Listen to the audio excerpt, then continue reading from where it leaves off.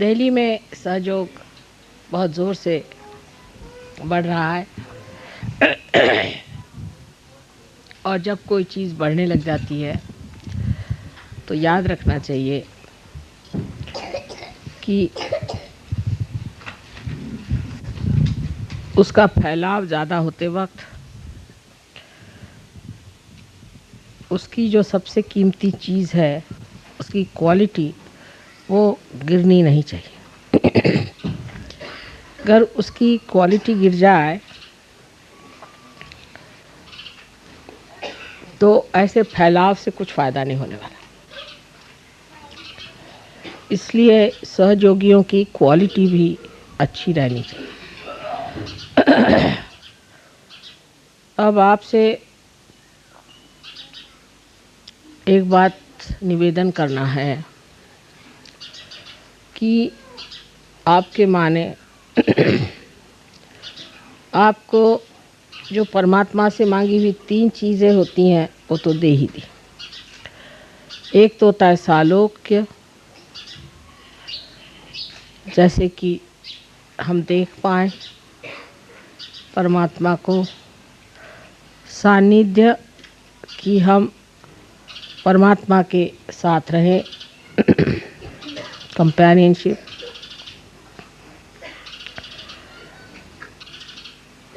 और सामीप्य माने हम परमात्मा के पास रहें। 3 चीज़ तो आपने प्राप्त की और ऐसी बहुत से बातें हो रही हैं जिससे ये भी आप जान सकते हैं कि हम वास्तव में भगवती हैं। अभी एक फ़ोटो आया हुआ है फ्रांस से, इसमें आप देख सकते हैं कि मेरे हृदय के ऊपर इतना बड़ा प्रकाश समुद्र के किनारे खड़े हुए।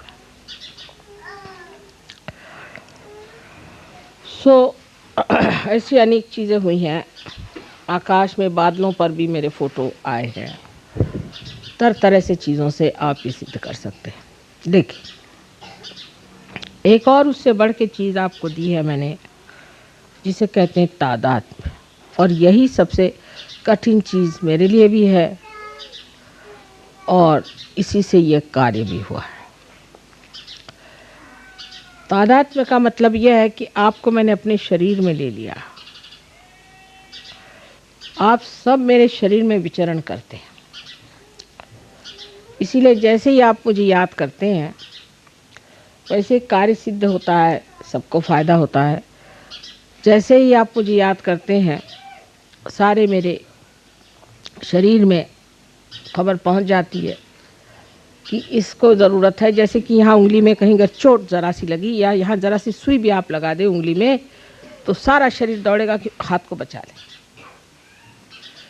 तो सारे भगवान के जितने भी गण हैं, देवदूत हैं, सब आपके लिए दौड़ते हैं कि आपकी रक्षा हो जाए, आपको सुख मिले।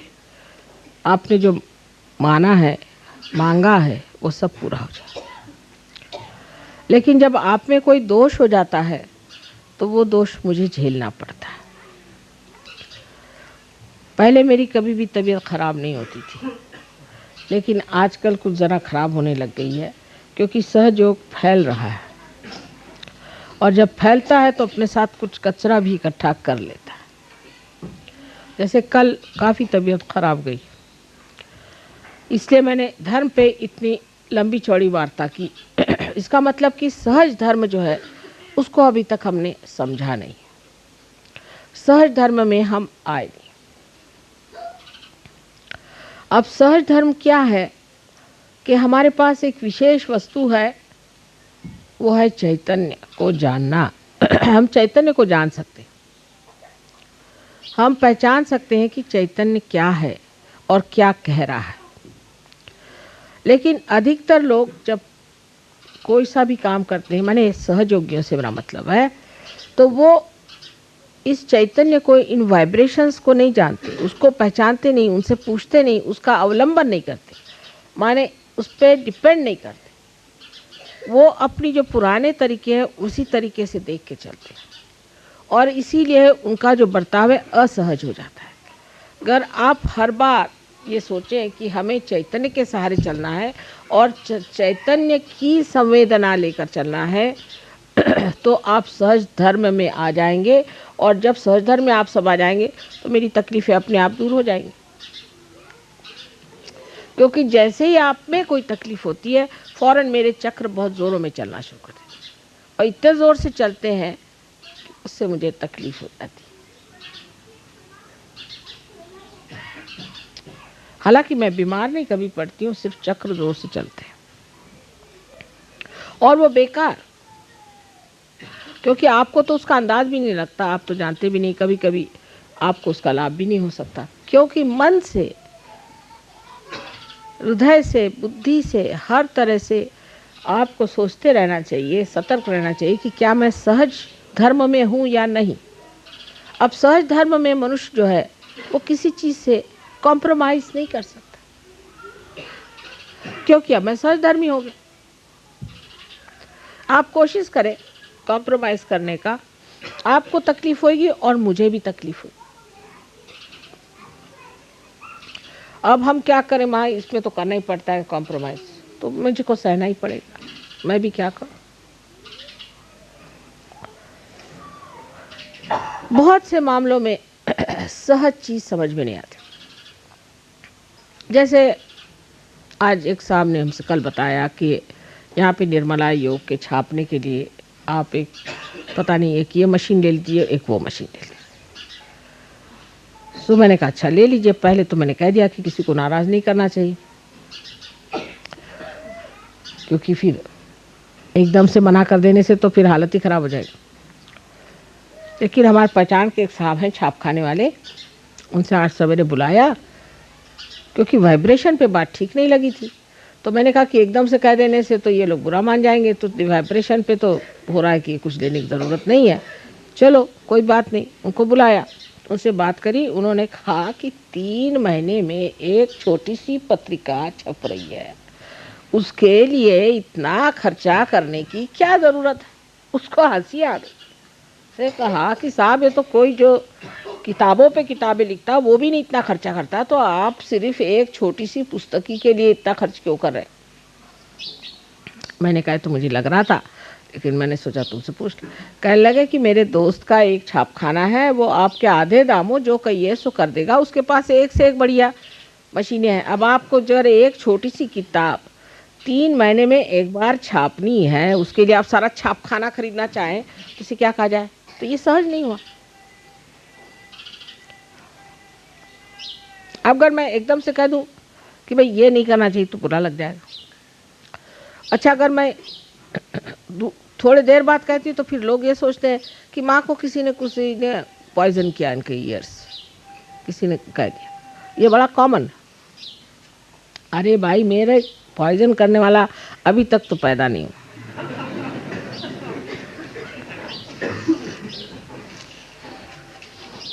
कोई मुझको पट्टी नहीं पढ़ा सकता। मैं भोली हूँ, लेकिन ऐसी भोली नहीं हूँ कि मुझे कोई पट्टी पढ़ा दे। क्योंकि आप में मुझ में बड़ा अंतर एक है कि मुझ में सहज धर्म के सिवा और कुछ है ही नहीं। मैं सब सहज धर्म पे चलती हूँ। एक साहब, पता नहीं मैंने आपको लास्ट टाइम बताया कि नहीं बताया, कि राहुरी में एक बड़ा भारी पारा भाई का कारस्थान हमारे यहाँ कहते हैं, वो आए और मुझे समझाने लगे कि ये महाशय जिसको आप इतना मानते हैं, ये एक राजकारणी आदमी है और ये राजकारण की वजह से यहाँ, और इसको आप बहुत संभल के रहिए और हम आपको समझाने आए। तो मैंने कहा अच्छा, और कुछ बात इनके खिलाफ? नहीं, ये राजकारणी है माँ, ये आपको पट्टी पढ़ा देगा। मैंने कहा अच्छा, मेरे को पट्टी पढ़ा देगा, बस इतना ही जानते हो? कल हाँ। तो कह ले नहीं, इसके आप बात मत सुनिएगा कुछ भी, ये बहुत राजकारणी। मैंने कहा अच्छा, मैं बताऊँ अब कि ये आदमी की जो बीबी है उसकी बीबी नहीं, वो किसी ब्राह्मण की बीबी है। ये उसको भगा के लाया है, क्योंकि इसको ये जो बच्चा हुआ है, ये बच्चा इसका भी नहीं है, ये उस ब्राह्मण का बच्चा है, और ये उसको भगा के लाया है और इस अपने घर में रखा हुआ। और उनको 2500 चीज़ें उसके बारे में बता दी, तो वो सबका मुँह जो ऐसा था वो ऐसा हो गया। और वो कहने लगे कि माँ आप सब ये बता रहे हैं इनके लिए? मैंने कहा हाँ भाई, मैं तो सब ये जानती। अब तुम बोलो, इस तरह हटा लीजिए, बहुत ठंडा है। इस पे कोई, यहाँ पे कोई, हाँ शाल घाला।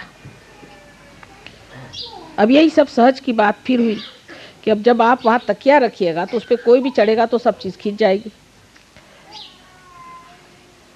अब गर्मी के दिनों में रेशम अगर कोई नीचे रख दे तो हो गया ठिकाना। आप लोग तो आराम से बैठे, मुझको रेशम पे बिठा के ठंडा कर रहे हैं।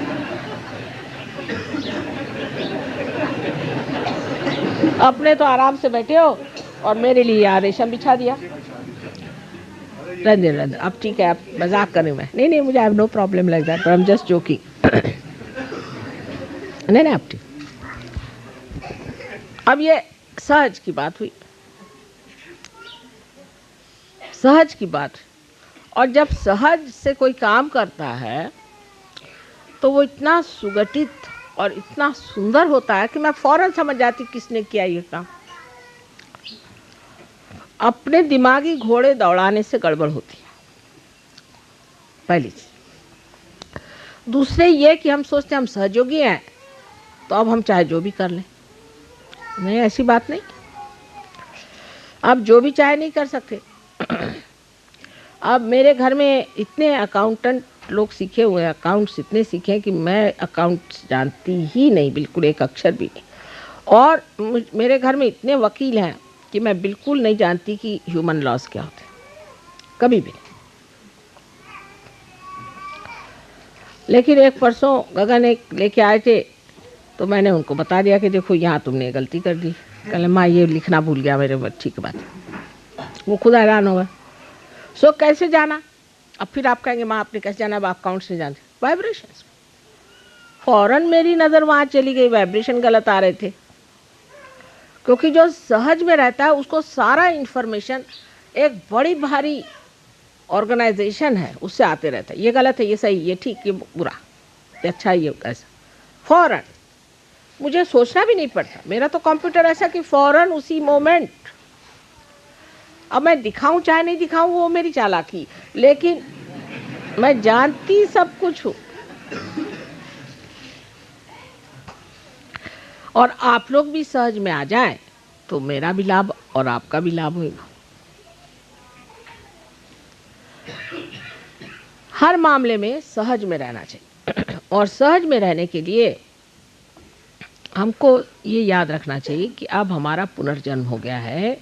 हम एक छोटे से बालक की तरह अब इसमें आए। अभी बहुत कुछ सीखने का है और जैसे ही सहज मार्ग से माँ ले जाएगी हम ऐसे ही जाएंगे। गलतियाँ तो हमसे बहुत होती है और हो रही, कोई बात नहीं। अरे तो आपसे गलती नहीं होगी तो हमारे आने से मतलब ही क्या हो।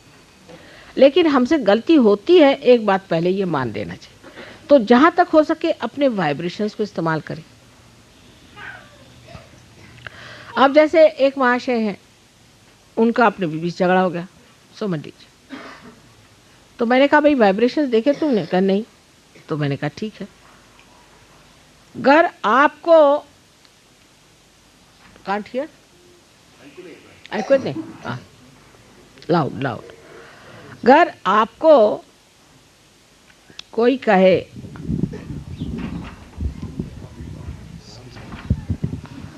volume is at the maximum, is it? I'll shout now. हाँ।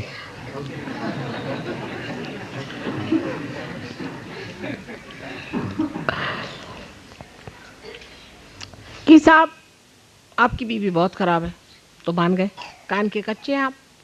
अरे भाई वाइब्रेशन देखो ना, कान के कच्चे भी हो गए, वाइब्रेशन के पक्के होना चाहिए। अब समझ लीजिए हमने कह दिया कि भाई हम नहीं आ सकते कल, नहीं आपको आना ही होगा। तो जो कहेगा वही टाइम पे नहीं पहुंचेगा, उसी के घर में कोई गड़बड़ हो जाएगी। क्योंकि हमको आगा पीछा नीचा ऊंचा सब दिखाई देता है ना, तो जबरदस्ती नहीं करनी चाहिए। अब जैसे कल हमने किसी को भी अपने घर में नहीं बुलाया था, हमने कहा आप आ जाना, लेकिन ये नहीं कहा था कि मैं आपसे मिलूंगी, किसी से भी नहीं कहा था। एक सिर्फ लड़की से कहा था, बाकी किसी से नहीं कहा था कि मैं आपसे मिलूंगी। मैंने कहा आ जाना। मेरे बोलने में बड़ी गड़बड़ हो सकती है। मैंने कहा था आप आ जाना।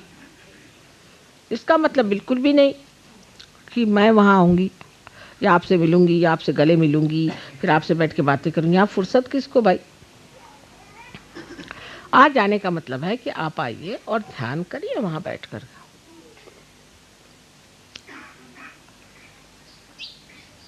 और कोई इससे मतलब नहीं है।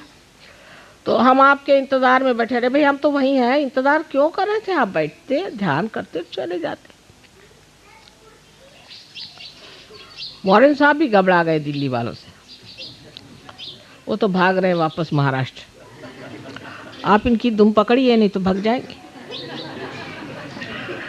वो पहले ही मुझे बता गए। मैं साफ साफ बता दूं आपसे। ये कह रहे हैं कि महाराष्ट्र में 10,000 आदमी भी आपके सामने से गुजर जाएगा, कभी ना आपके पाँव छुएगा ना कोई सामने एक फूल रख के गुजर जाएगा। घर आए मिले कहीं भी ऐसा हुआ कि आ जाना, तो हमारा तो वहाँ छोटा सा फ्लैट है, उसमें कोई इतने लोग बैठ नहीं सकते, तो बाहर लॉन में बैठे रहेंगे और लॉन से ही चले जाएंगे। लेकिन कभी नहीं कहेंगे कि तुम मुझे मिलाओ, तुम मुझे मिलाते नहीं हो, मिलाना ही चाहिए, अभी मैं उनके लिए आया था, मुझे क्यों नहीं मिलाया, ऐसा नहीं वैसा नहीं, माता जी हमसे मिलती क्यों नहीं। क्योंकि सहज भाव में जानते हैं कि माँ के समय पे हमारा अधिकार नहीं है, संसार में किसी का भी अधिकार नहीं।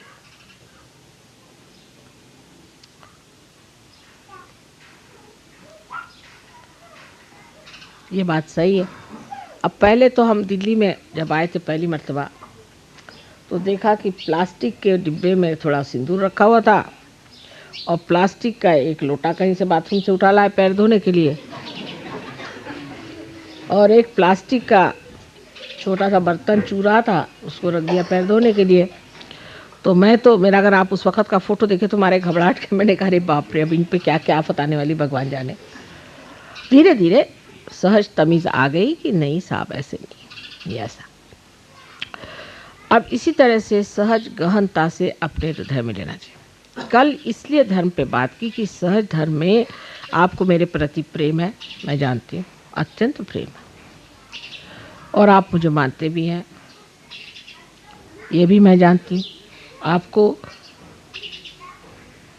मन करता है कि सब कुछ जो है माँ को दे दें, ये भी मैं जानती हूँ, सब मैं जानती हूँ कि आप मुझसे बहुत प्यार करते हैं। लेकिन ये भक्ति को आचरण में लाना चाहिए, और आचरण माँ को क्या है, कुछ माँ को दो चाहे नहीं दो, उसका फर्क नहीं पड़ने वाला। हम कितने सहयोगी होते हैं, हम में कितना सहज धर्म पनपता है, हम कितने सहज वृत्ति से रहते हैं, वो देखना चाहिए। सहज बुद्धि में पहले निरपेक्षता आनी चाहिए। निरपेक्षता माने ये कि साहब मेरा घर, मेरी बीवी, मेरे बच्चे, मेरा आश्रम या मेरा सेंटर। माँ कभी मेरे भी सेंटर में आई है, पहले तो घर पे आई है, ये बहुत ज़्यादा होता था।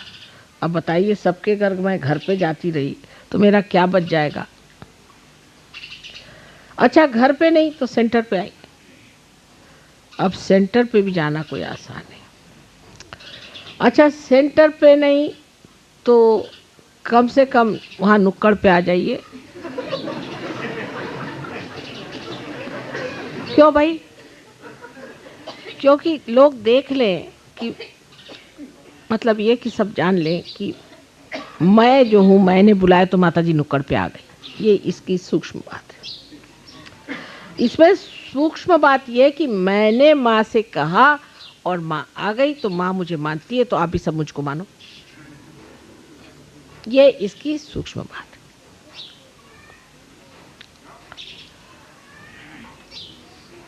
जब ये बात समझ में आ गई कि माँ के लिए मेरा घर ही है, क्या मैं हूँ, सब माँ के ही लिए हूँ, तो फिर माँ आए चाहे नहीं आए। कोई अपने घर में किसी को बुलाता है क्या कि भाई मैं अपने को मेरे घर में बुला रही हूँ? आप ही का घर है तो फिर बुलाते क्यों?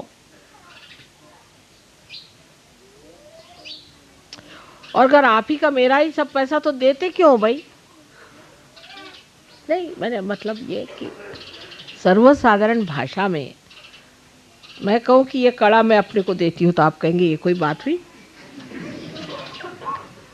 या मैं अपने को मेरे घर में इनवाइट करती हूँ, कहे क्या हस्बैंड से झगड़ा हो गया क्या? इसी प्रकार सहज भाव में मनुष्य को ये नहीं सोचना चाहिए ये मेरा घर है, ये मेरे बच्चे हैं, ये सब माँ के ही हैं। तो जहाँ भी माँ है उनके ही है।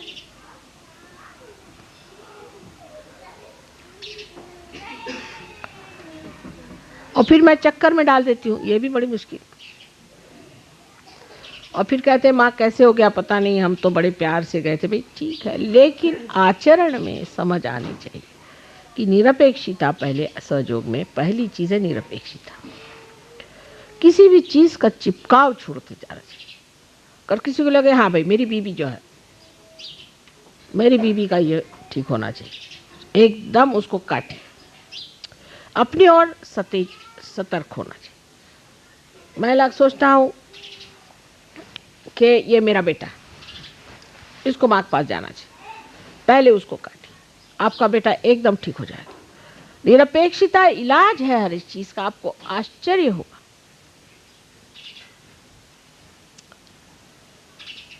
कल ही एक आई थी हमारे पास, कहने लगे कि माँ मुझे पैरालिसिस था, मुझे ये बीमारी थी, मुझे वो बीमारी थी। मुझे तो उनकी शक्ल भी याद नहीं, एक बार सामना हुआ था और एकदम फर्स्ट क्लास हो गई। कल बस मैं फोटो लेकर के बैठा करती थी और उसी पे श्रद्धा से हो गया। होता क्या है कि जब आप फोटो को लेकर उस पर मेहनत करते हैं तो आपको अपनी श्रद्धा बढ़ानी पड़ती है, क्योंकि मैं तो सामने नहीं, उसके प्रति श्रद्धा बढ़ानी पड़ती, आप में गहराई आनी पड़ती। जब वो आपके अंदर गहराई आती तभी ना तो काम होता है। इसलिए जो लोग फोटो पर पार हुए हैं वह कहीं अधिक कभी कभी होते हैं बनिस्बत जो मेरे सामने हुए। बड़े आश्चर्य की बात। या अगर समझ लीजिए मोदी साहब ने किसी को पार किया तो कभी कभी मैं देखती हूँ कि वो बहुत मेरी सेवा करते हैं बनिस्बत जिनको मैंने डायरेक्टली किया है, क्योंकि इन्होंने पहले पट्टी पढ़ा दी कि माँ है, तुम समझ के रहना, ये महामाया है, इनके चक्कर में नहीं आना, बहुत कायदे से चलना इनके साथ, वो समझा देते। लेकिन अगर डायरेक्टली किसी को मैंने रियलाइजेशन दिया तो खोपड़ी पे बैठ जाता। फिर तो मैं आया था, मैं खास करके आपसे मिलने आया। भाई किसने कहा था खासदार आप हैं, आप आए क्यों? तो जो ये मैं पना है ये कम होना चाहिए, मैं मेरा सब खत्म होना चाहिए। जैसे कबीरदास जी ने बहुत सुंदर कहा है कि जब बकरी रास्ते में घूमती है जिंदा तो कहती है मैं। ये सब जो हम लोग बोलते हैं उनके वजह मतलब था कि जो हम मैं करते हैं वो सब बकरी हैं, मैं। लेकिन जब उसका बकरीपना मर जाता है, जब बकरी मर जाती है और उसकी जब आंतें खींच करके और धुन के जब उसको रास्ते में बजाते चलते हैं तो वो कहती है तू ही। क्या कमाल की कल्पना बनाई। जुलाहे थे तो उनको अपनी जो चीजें थी उसमें कैसे परमात्मा दिखाई देती कि वो कहती तू ही। हम लोगों के दिमाग में बात नहीं आएगी। तो जैसे ही आप निरपेक्ष होंगे तो हर चीज में उसी को देखेंगे, आप उसी को जानेंगे, उसी को समझेंगे। और आश्चर्य होगा कि हर जगह से किस तरह से ये बनते जा रहा है, ये मामला कैसे बनते जा रहा है। जैसे अभी एक लड़की ने मेरे लिए फूल अरेंज करे जमीन पर, कहती माँ देखो मैंने तो गणेश जी बना दिए, मैं तो ऐसे ही बनाए थे। गणेश जी कैसे बने? वो तुम्हारा हृदय तुम्हारे हाथ को वैसे ही ले गया जो गणेश बना दे, जो मुझे बहुत प्रिय चीज है वही बना के रख दिया। सबसे अत्यंत प्रिय जो चीज है उसको उन्होंने बना दिया, क्योंकि हृदय समर्पित होने से अपने आप ही वो गणेश बन गया। और देखते साथ आंखों में आंसू मड़ाए मेरे श्री गणेश को किसने बना दिया। तो श्री गणेश का एक उदाहरण हमारे सामने रखना चाहिए कि जैसी उनकी भक्ति वैसी उनका आचरण। श्री गणेश के धर्म में उतरना चाहिए। उनकी उनके लिए तू ही तू ही तू ही, किसी और कुछ नहीं कभी।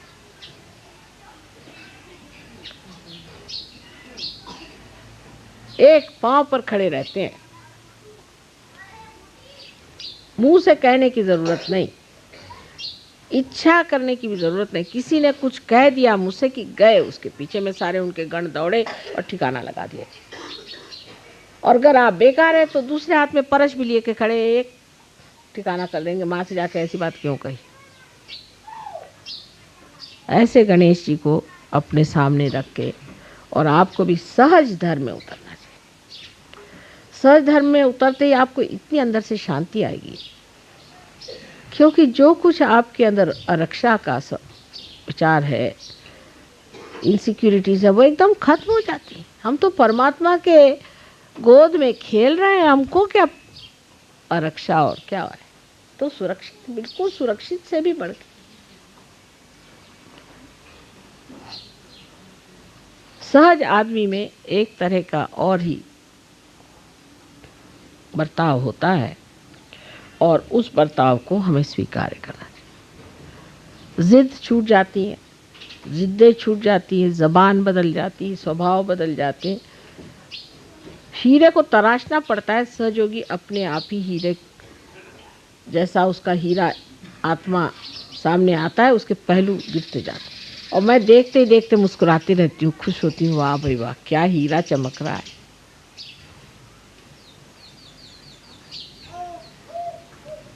अपने प्रति सतर्क होना चाहिए और सहज भाव में और सहज धर्म में रहना चाहिए। मैं तो सहज धर्मी हूँ। एक साहब कह ले, माँ तो मैं तो सहज धर्मी हूँ। अच्छा, क्या करते हैं आप? बस मैं आपकी पूजा करता हूँ, रोज फूल चढ़ाता हूँ, ये करता हूँ। बाद में पता हुआ पुलिस ने पकड़ लिया उनको। मैं कहा वाह भाई वाह, क्या सहज धर्मी आप। फिर खबर आई, माँ से खबर करो, मैं पुलिस में पकड़ा गया। तो क्या किया तुमने? सारे असहज काम करके रखे, एक नहीं दो नहीं। उसको मैं कहाँ बचाने जाऊंगी, और क्यों बचाया जाए। इसी तरह सहज योगी समझते हैं कि वो सहज योगी हैं, लेकिन योग दो चीज का होना चाहिए, भक्ति और कर्म का। जब तक भक्ति और कर्म का योग नहीं आता है, तब तक सहज धर्म ही नहीं आपके अंदर बैठे। और सहज धर्म को बिठाने के बाद ही आप गुरु तत्व पे जमेंगे। जो स्वयं ही ठीक नहीं, वो दूसरों को क्या लेक्चर। पैसे के मामले में खासकर मैं देखती हूँ कि कुछ अजीब सा हाल है दिल्ली वालों का। पैसे को चिपकना ही नहीं चाहिए, तो पैसा आपके चरणों में छुए। मैं आपसे पहली आपको इसकी मैं बता दूं किल्ली। अब मुझे पैसा नहीं समझता, सच्ची बताती हूँ, आप विश्वास करें। अगर मुझे बैंक जाना होता है तो मैं किसी को ले जाती हूँ, वारन को या किसी को, राजेश को, किसी को, भाई तू सही करने मैं करूँगी। मेरे को अभी तक चेक लिखना नहीं आता, सच्ची बात है, पूछ लीजिए बैठे। मेरे को अभी तक चेक लिखना नहीं आता है। बैंक में पता नहीं क्यों जाती हूँ मैं, लेकिन क्योंकि उसमें निरपेक्षता है। और कौन कहाँ हिसाब करता है। अभी मोदी साहब ने बताया कि माँ पता नहीं कहाँ से 13-14 हज़ार रुपए का हिसाब ही नहीं लगता, ज़्यादा हो गए। मैंने कहा रखे रहो, भगवान के दिए हुए छोड़ो।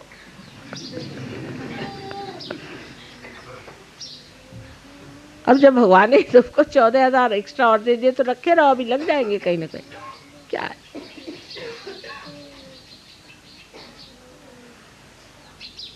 इस तरह की निरपेक्षता का मतलब यही हो गया कि हमने परमात्मा पे सब छोड़ दिया, जैसे राखहु तैसे ही रहो, बस छोड़ो। ये सहज धर्म में बैठना चाहिए। आप पैसे की चिंता छोड़िए, किसी चीज की चिंता छोड़ दीजिए, सिर्फ अपने आचरण को सहज में लाइए। जो आदमी कहता है मैं बड़ी परेशानी में, वो सहज है ही नहीं, वो आदमी सहज हो ही नहीं सकता। मुझे ये परेशानी, मुझे वो परेशानी, रात दिन मुझे ये परेशानी तो वो परेशानी, मुझे ये परेशानी, घर नहीं मिला तो फलाना नहीं मिला, तो बीवी नहीं मिली तो बच्चे खो गई, तो फलाना हुआ तो ठिकाना हुआ। तो जब मिलो उनकी शक्ल देखो तो आदमी भागता, अरे बाप रे फिर आ गया कोई ना कोई प्रॉब्लम। लेकिन ऐसी बात नहीं, जो सहज होता है। कैसे हो भाई तुम धुमाल? कैसे माने? मैं समुद्र में तैर रहा हूँ। कौन से समुद्र में? आनंद के समुद्र में तैर रहा हूँ, आप क्या पूछ रहे हैं मेरे को? ये बात हुई ना कायदे की। और नहीं तो कोई आदमी हर समय अपनी परेशानी लेके बैठेगा, अंत में वो ऐसी बड़ी परेशानी में फंसेगा कि फिर उसको कोई भी नहीं मदद कर पाए। खासकर हिंदुस्तानियों का रिवाज ये है, अगर किसी ने कहा कि कैसी तबीयत है, साहब ठीक हूँ, क्या हाल है? बुरा हाल हो दुश्मनों का, मैं तो भला हूँ। हालांकि कैंसर की बीमारी होगी, लेकिन वो कभी ये नहीं कहेगा कि मुझे तकलीफ है। ये हिंदुस्तानी, ये अपनी भारतीय संस्कृति। अरे सुना तुम्हारा बच्चा ठीक नहीं, अरे तो फिर 10 बच्चे होंगे तो और क्या होगा, एक आध बच्चा तो बीमार पड़ना ही हुआ। ये हिंदुस्तानी तरीका। और प्रॉब्लम भी मेरे ख्याल से मॉडर्न शब्द है। पहले हम लोग प्रॉब्लम सिर्फ ज्योमेट्री में ही जानते थे। नहीं, सच बात।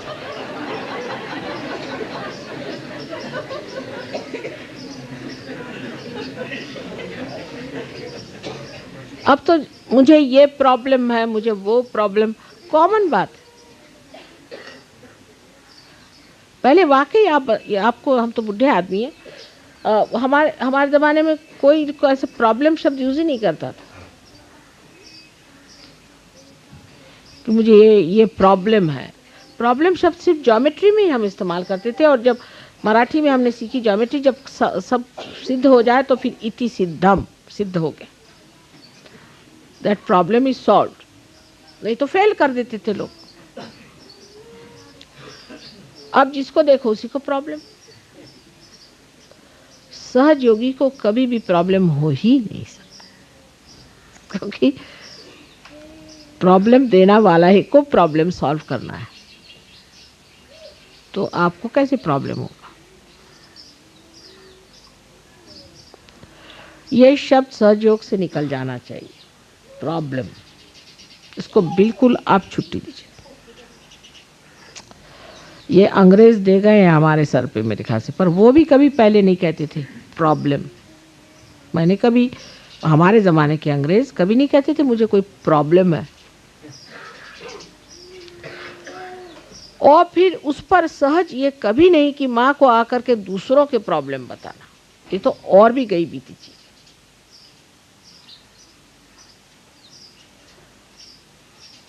अगर आपको विश्वास है तो सब ठीक होने वाला। कोई आपके पास आए, मेरा बेटा बीमार है, ये चलो लगाओ, फोटो लगाओ, चलो करके देखो, हो जाएगा। लेकिन जैसे ही पार होता है आदमी ये सोचता है, आश्चर्य की बात है कि मेरे कितने रिश्तेदार बीमार हैं, सबका पता लगाओ, सबको तार करो, लिस्ट बनती है रोज, सबको तार करो, उनका पैसा आने जाने का खर्चा दो, सब कुछ करो। जब माँ आ रही है तो कम से कम उनके रिसेप्शन के लिए 15 कोढ़ी, 20 लंगड़े, 24 अंधे, ऐसे सब खड़े होने चाहिए। नहीं तो माँ का कोई सादर ही नहीं हुआ लूले लंगड़ों के सिवाय।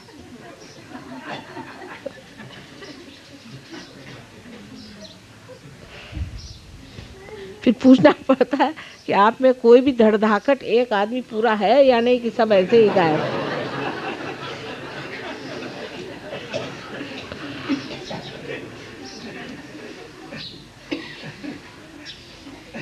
सो सहज में मनुष्य सोचता है कि माँ के लिए देना है तो एक सुंदर सा फूल हो, अच्छा फूल हो। कितने फूल दूं मैं मेरी माँ को? उसकी जगह खड़े कर दिए 25 लोग लाइन से। ये कोई सत्कार तो नहीं हुआ साहब। इसलिए शायद पहले ये प्रथा थी कि कोई आए तो गार्ड ऑफ ऑनर के लिए ऊपर ऐसे डंडे पकड़ते थे। कम से कम धड़धाकट ही लोग कर सकते थे, इसलिए वो बनाते थे गार्ड ऑफ ऑनर, कि मतलब ये कि जो धड़धाकट लोग हैं उनको खड़ा किया जाए। पर अब अगर ऐसा हम लोग करें तो क्या मेरे ऊपर डंडे बरसेंगे। सहज की जो व्यवस्था है वो स्वस्थ व्यवस्था है, सुंदर है, अतीव सुंदर, अत्यंत बहारदार, आह्लाददायी, अनुपम, ऐसी व्यवस्था सहज की। और मैं हर एक चीज बारीक देखती हूँ और मन ही मन खुश होते रहती हूँ। जैसे आपने अभी इंतज़ाम स्टेज पे किया था, उसमें एक एक चीज़, हाथी और मछली जो जो बनाई आपने, उसके रंग तक मुझे सब मालूम। जिसने भी बनाए उसके प्रति मेरा प्यार उमड़ता है। पर आप आते ही साथ एक भूत सामने खड़े कर दो तो शक्ल बनी जाएगी कि नहीं, कितनी भी कोशिश करो तो यही हो जाता। सो सहज भाव में माँ को देने का जो भी है वो ऐसा हो जिससे माँ प्रसन्न हो जाए। और किस चीज़ से प्रसन्न होती माँ? हमारे प्रसन्न मुख से। और जो चीज़ें संसार में प्रसन्न है, माने बच्चे और फूल, मुझे इनसे बड़ा आनंद आता है। बच्चे और फूल ऐसी सुंदर चीज़ परमात्मा ने बनाई है कि जो बहुत प्रसन्न चित्त है। कल ही मुरझा जाएगा फूल, चाहे 2 घंटे बाद ही मुरझा जाएगा, लेकिन जब मेरे सामने आता है तो प्रसन्न है। और मैंने ये भी देखा है कि जब मेरे कमरे में रखा जाता है तो बढ़ जाता है फूल, अपने आप उसकी साइज बढ़ जाती है, इतनी प्रसन्नता उससे होती है। इसी प्रकार आप भी समझ लें कि जब आप प्रसन्न होकर मेरे पास आएंगे तो उस प्रसन्नता का ही वरदान आपको, आपकी स्वस्थता, आपकी जो कुछ प्रॉब्लम्स हैं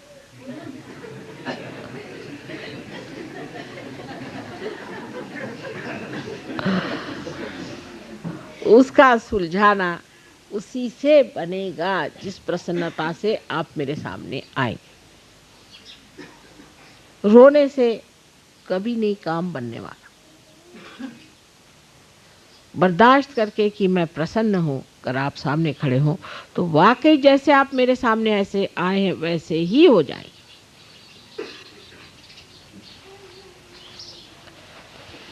तो सहज भाव को हमें लेना है, सहज धर्म को हमें लेना है। और सहज प्रसन्नता को प्राप्त करने के लिए पहले स्वयं प्रसन्न रहना चाहिए। पहले एक शब्द ज़्यादा इस्तेमाल होता है, मनहूसियत।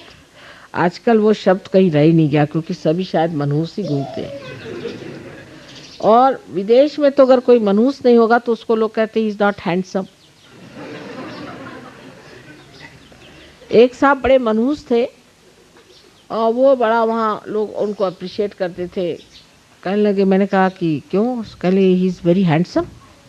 मैंने कहा ये तो उसका अंदर गया खपड्डा बना हुआ, हालत ख़राब, हर समय आंखें ऐसी जैसे कहीं से स्मशान भूमि से चला आ रहा है। He is very handsome. उनका सभी उल्टा हाल है, खोपड़ी उल्टी है ना, तो उल्टा ही देखते। किसी तरह से मेरे समझ में नहीं पहले आता था, अब समझ में आ रहा है कि इनको ये हैंडसम क्यों लगता है। औरतें जो बिल्कुल चिड़ी मार्का जिसे कहते हैं हिंदी भाषा में, वो उनको पसंद आया। बताइए कि एक फूंक दीजिए तो वहां जाके गिर पड़ेगी।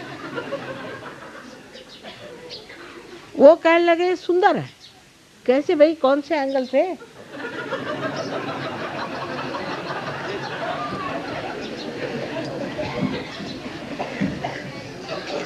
एक वहाँ साहब है, पंजाबी है। पंजाबी लोग ऐसे तो नहीं, इतना तो नहीं खराब हाल है, क्यों? उन्होंने एक औरत से शादी की, मैंने पहली बीवी छोड़ी। तो जब पहली बीवी को देखा तो बड़ी हैरानी है कि ये खुसट औरत, जिसको खुसट हमारे यहाँ कहते हैं, इससे शादी कर ली। इतनी देवी जैसी ये स्वरूप इसकी बीवी है, इसको क्यों छोड़ दिया? तो वो मुझसे कहते हैं कि she is much better looking than my wife. तो हमारे दामाद साहब कहते हैं कि इनका जरा चश्मा बदल दीजिए।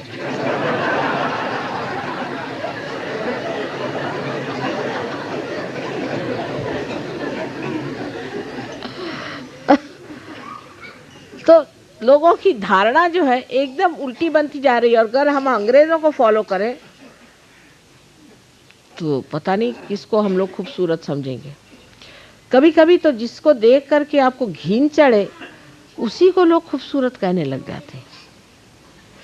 कुछ समझ में नहीं आता है कि जो वो ऐचे ताने होते हैं एप्ट्यूस एंगल वाले,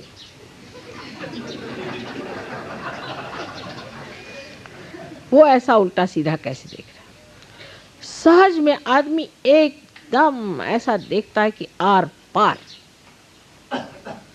आर पार। अंदर की खूबसूरती को जो पहचान सके वही सहज योगी है, न कि बाह्य के। बाह्य को क्या, आजकल थोड़ा सा पैसा दीजिए, आप चाहे तो अपने सर पे एक डालडे का टिन रख के ऊपर से बाल बांध दीजिए, हो गए आप फैशनेबल मॉडर्न। उसको कहते हैं बूफा की क्या कहते हैं, आजकल डालडे का टिन चला गया, जरा आउट ऑफ फैशन है। या कुछ इस तरह के तमाशे करिए तो बड़े खूबसूरत हो गए। क्या अजीब अजीब आदतें, और क्या अपने बारे में या दूसरों के बारे में हमारे क्या विचार हैं समझ ही भी नहीं आता। अंदर की खूबसूरती जिस इंसान में हो उसको जो पहचानने वाला होगा वही सहयोगी है, क्योंकि वो स्वयं अंदर से खूबसूरत है। जिसके अंदर खूबसूरती होती वही ऐसे आदमी की खूबसूरती पहचानता है। फिर ज़रूरी नहीं कि वो आदमी मोटरों में घूमे, चाहे वो बैलगाड़ी पे ही चल रहा हो, चाहे वो पैदल ही चल रहा हो, उसके पैर ही सारे फट गए हों, तो भी मन चाहता है कि तेल लेकर के इसके पैर को थोड़ी मालिश कर दे, जिससे तकलीफ कम हो जाए। ऐसा पैर, ऐसा प्यार उस पैर के प्रति हो जाता है जिसके लिए एक बड़ा सुंदर सा हृदय काम करता है। इस हृदय की पहचान जब तक आपके अंदर नहीं आएगी तब आप सहज धर्म में नहीं आए।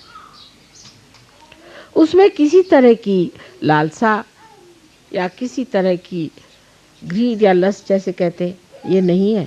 सिर्फ उस आदमी की सुंदरता अपने सुंदरता के एक निखार सा लगता है, और मनुष्य देखते ही बनता है, सोचते ही बनता है, वाह रे वाह क्या इंसान है।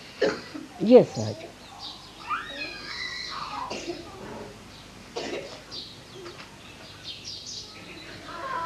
सहज धर्म पे अनेक बातें इंसान कह सकता है। ये बाह्यता नहीं, ये अंतर योग से पाया हुआ धर्म है। इसको अनेक तरह से हम जान सकते हैं। जैसे सहज धर्म में कोई किसी की बुराई करना, किसी धर्म की बुराई करना पाप माना जाता है। किसी भी रियलाइज सोल को क्रिटिसाइज करना ये महापाप माना जाता है। इतना ही नहीं, किसी भी देश के किसी भी महान संत या अवतरणों को भी किसी तरह से एक दूसरों से कम ज्यादा समझना भी पाप माना जाता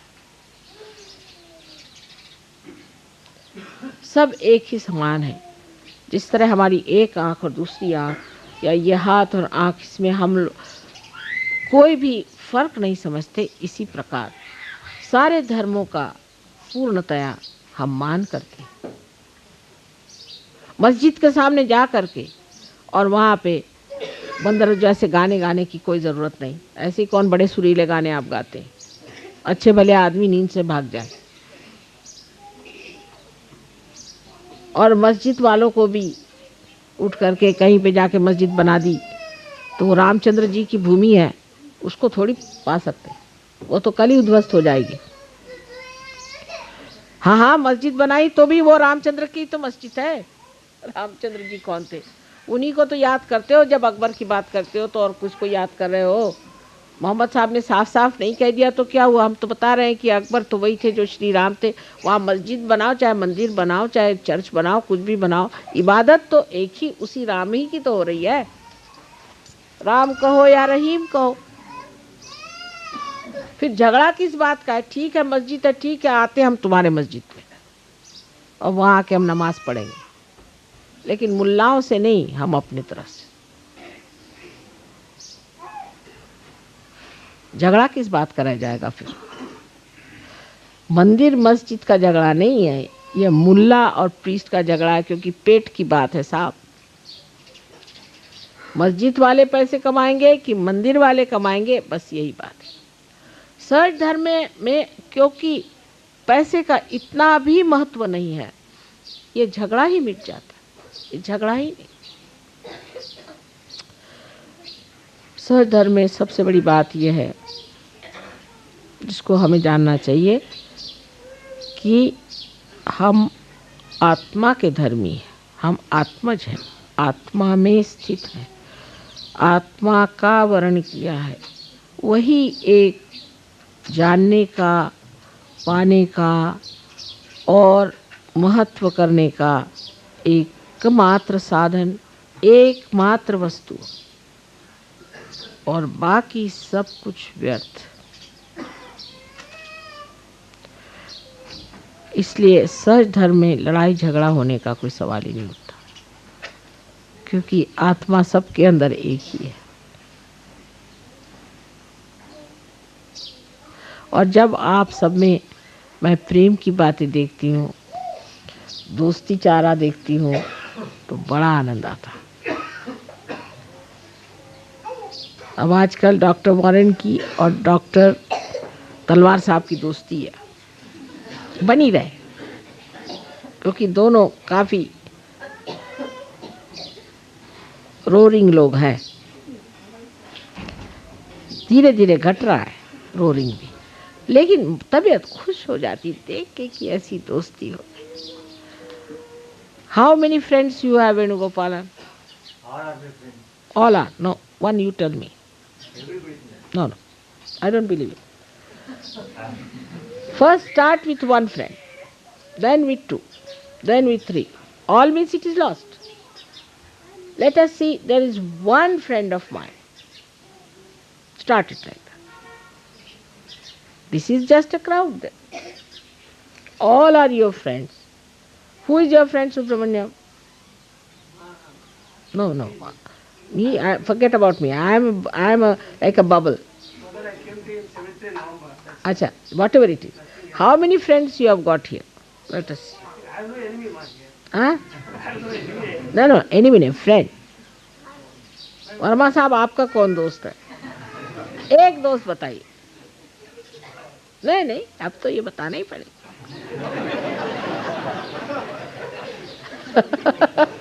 सभी से ये तो कोई मतलब नहीं। I don't think so there.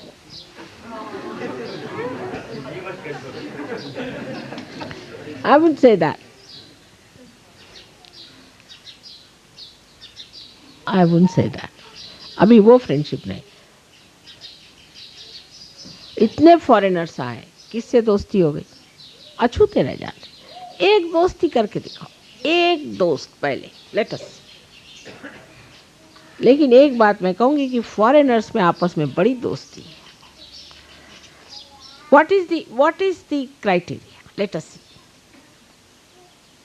The criteria of the friend is this, that even I am challenged, in the sense I try to test you. Suppose I'll tell you something against, say, your friend Yogi Mahajan, and if you support that, then you are not his friend. All right? And that's what I find. But supposing I tell something to Warren or to doctor, they will support each other, thick and thin. That sort of a friendship. I just test you, and I like people who support the Sahaja Yogis, who come and forward and say, Mother, please forgive him. He did some mistake, I know, but please forgive him. I feel very happy.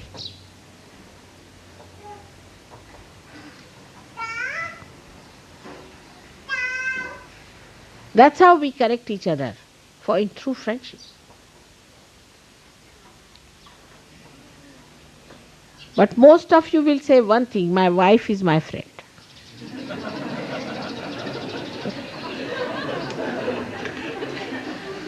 Or my husband is my friend. But there also I would like to say I am not very sure.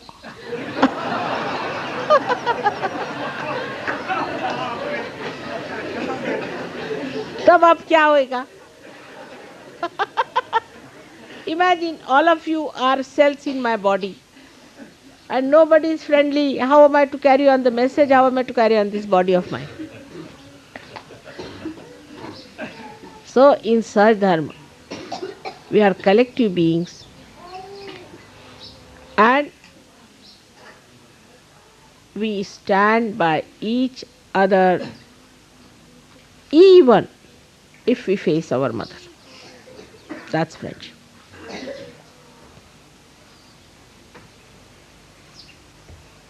You have to support each other, help each other. Please forgive mother, he might have done mistake. Please help him, mother. That I love the most of all. Doctor चुग आपकी कौन बीबी है? उसके अलावा कोई और friend है कि वही एक? दोनों साथ ही बैठे हो क्या? उधर बैठ गए, चलो नसीब।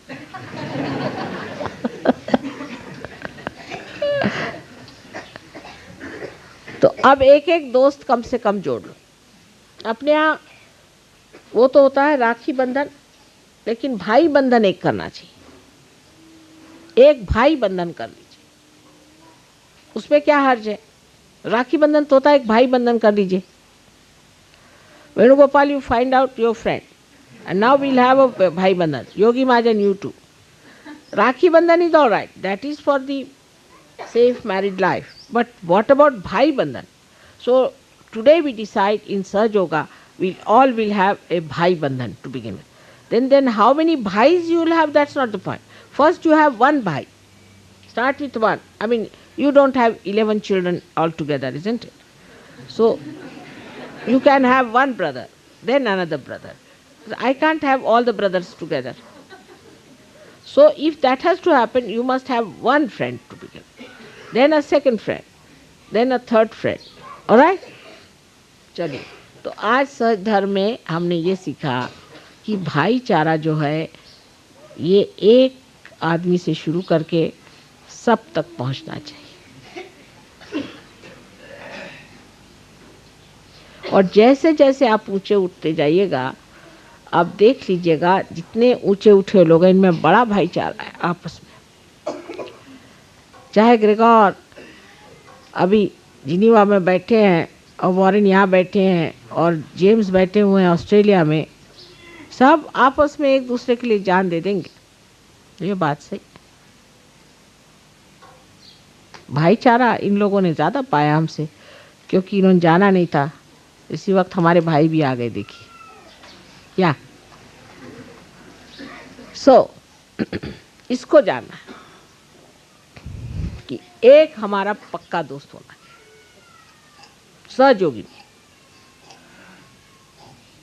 या बरं आता पूजेला बसूया। यांचीच वाट बघत होते, पाणी द्या। बिफोर वी स्टार्ट द पूजा, बनाई क्या भैया लिस्ट तुमने? कुछ बन गई?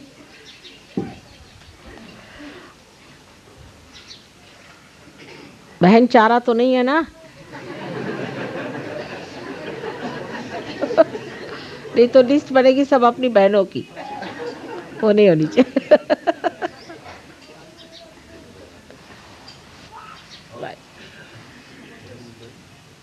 अब मेरी भी तबीयत ठीक हो गई, क्योंकि आप लोग प्रसन्न हो गए तो मैं भी प्रसन्न हो गई।